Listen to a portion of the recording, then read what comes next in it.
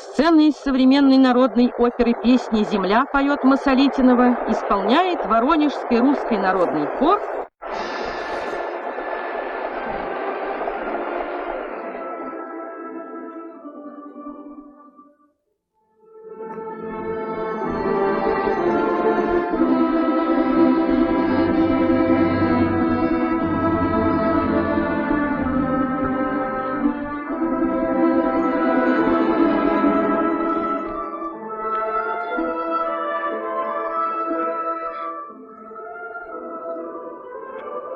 Все кругом в садах вишневых тонет, веет с поля ветерок степной.